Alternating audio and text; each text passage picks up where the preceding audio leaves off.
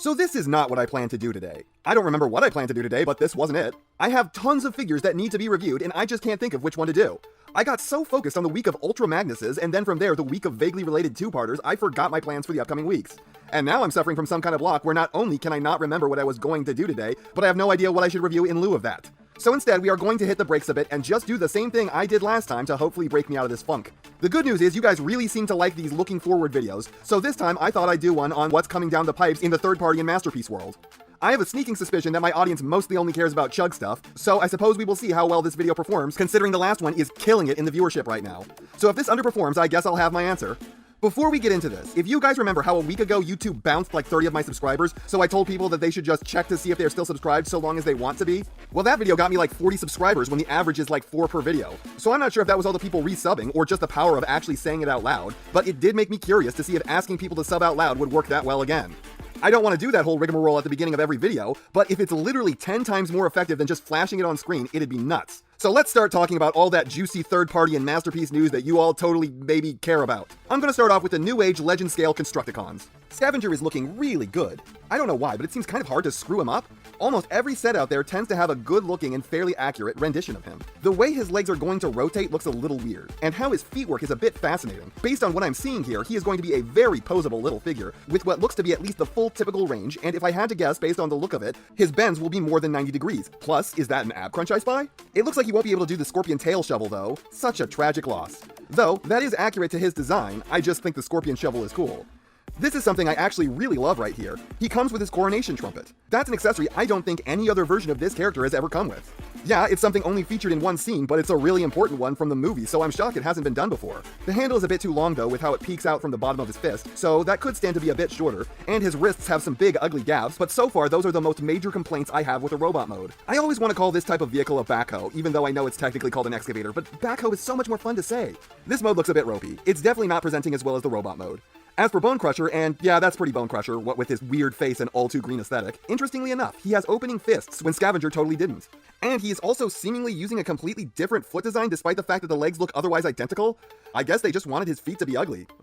That is a pathetic pistol he's got right there. Looks like Megatron's eunuch brother. Why is it a eunuch? Because it has no balls. Oh man, what is this picture? He got the Gumby legs. The pose is silly too. He looks like someone shocked they're about to be tackled. He is also coming with the trumpet, so I'm guessing all of their Constructicons will be coming with these. His bulldozer mode looks solid. It at least looks better to me than Scavenger's alt mode. It just feels more complete. Let's keep on the Legends train for a bit longer with the Magic Square Light of Justice 2.0. So this is a 2.0 of the Legends figure version of the Light of Freedom, and you might think that would make me very happy considering how much I love that figure, which did actually come out first, by the way, I should point out. Like, Magic Square, a Legends company, made a Masterpiece scaled figure first, and then downscaled that into a Legends figure, and not the other way around like I thought.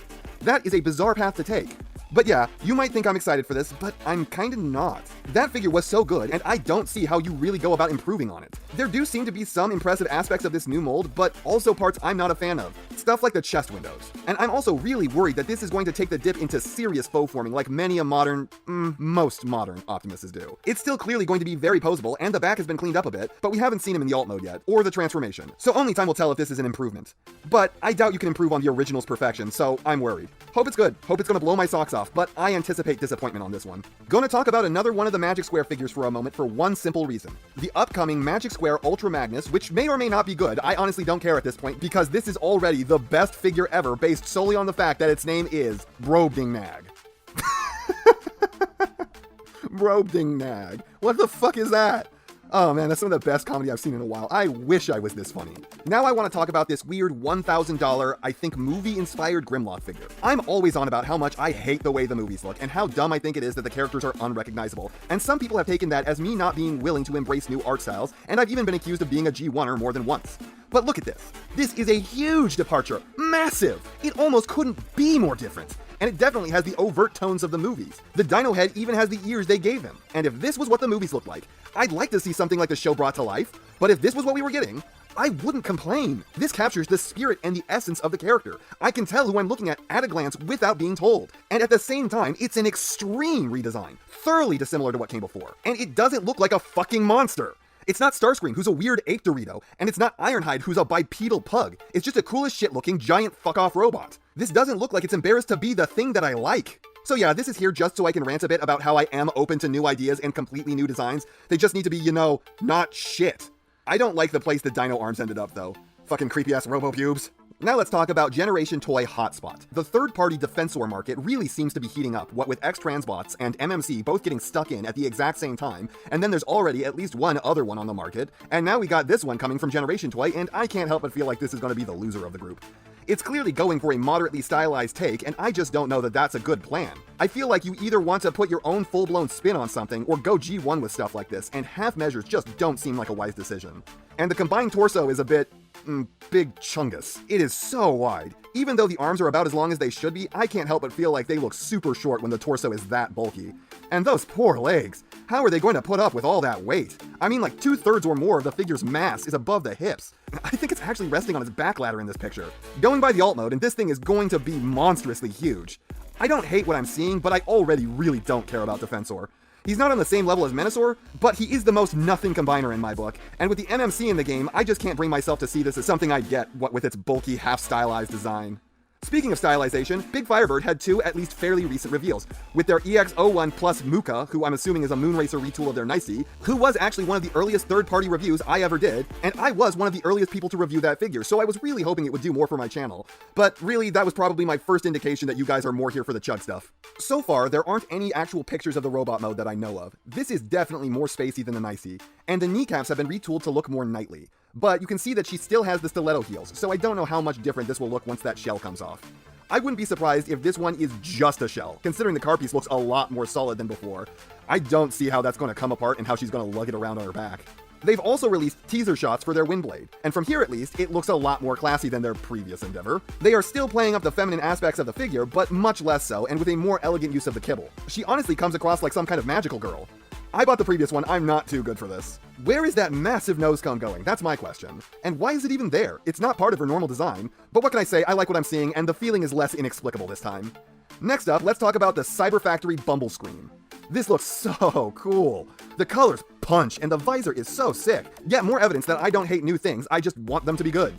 This is looking really solid, but he's coming with yet another lame giant gun hand that I will never use and will have to be put in a drawer that's quickly filling up with giant gun hands. He does come with another more traditional gun, which is much cooler. This has a great look, and I'm thrilled to see something so cool for this design. Still got those bell bottoms though, that's how you know it's authentic. This ship mode has a very odd quality to it though. Something about it just looks fake. Good to see that the undercarriage being abominable is consistent. Could people actually see that bit in the movie? Because this has the exact same underside structure as the Studio Series figure. They look identical. Awful gun nose configuration for some reason. Okay, so this is the last time I'm going to be even slightly positive in this video. Zeta Toys Starscream. This should be basically everything that I want. A Starscream where the nose cone actually becomes the chest and isn't just hanging off the back of the figure. A Starscream that isn't faux forming and looks to have strong posability and a reasonable transformation.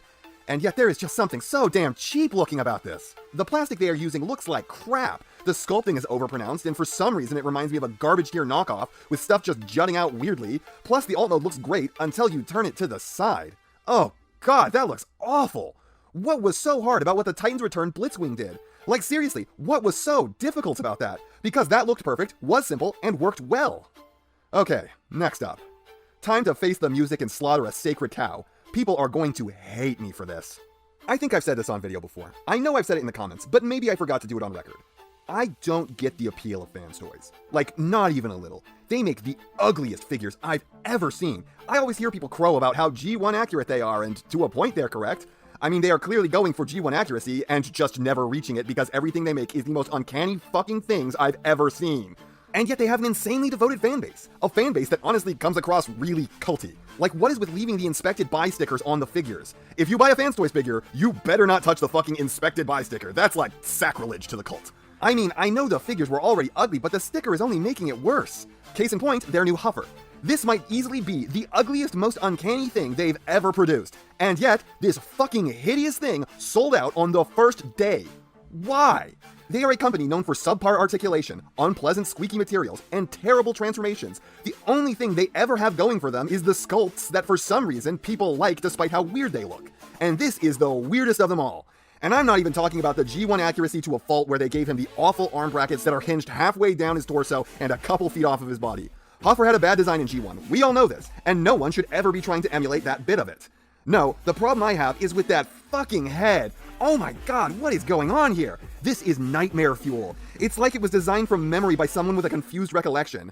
Oh, I hate it. I mean, I always hate Fans Toys heads. There is something off about every single one of them. I bought 2 of their figures, liked one of them, and still hated both of their heads. I don't get the appeal of this company. It tries to look like G1, and it always gets about 90% of the way there, but there is just some serious sickness brought on by that missing 10%.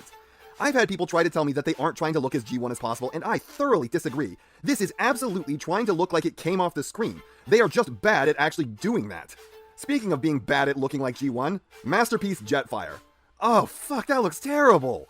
Takara, start over, just start over, because that looks abysmal! I was so excited when this was teased, I didn't want to have to buy the Fans Toys Phoenix re-release. I don't like Fans Toys, so I held off, then that sold out the day this photo dropped, probably because this photo dropped and there were lots of people waiting on this who realized what a mistake that was. Elbows too skinny, arms too weird, chest too puffy, legs too long, and everything is just odd looking. Did you poach the main guy from Fans Toys? Why does it look like this? It looks like the foggy memory of G1 made by a hack. Well, I'm sure I offended positively everyone with this video. I spent an entire page of this script trashing one of the most well-loved third-party companies on the market and crapped on the movie stuff which wasn't even actually featured in this video, along with most everyone else except for the weebs and their anime girl versions of Arcee and Windblade, so yeah. Maybe it was a flawed idea to ask people to subscribe in the video that will probably most likely get a ton of people to unsubscribe. Those numbers will probably go a long ways towards balancing each other out, so I won't get accurate data on the effectiveness of either asking for subs or trashing Fans Toys. Such is life, I suppose.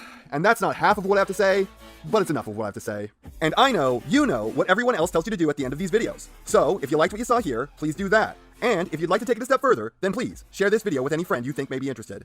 I hope you all enjoyed listening to me waste your time.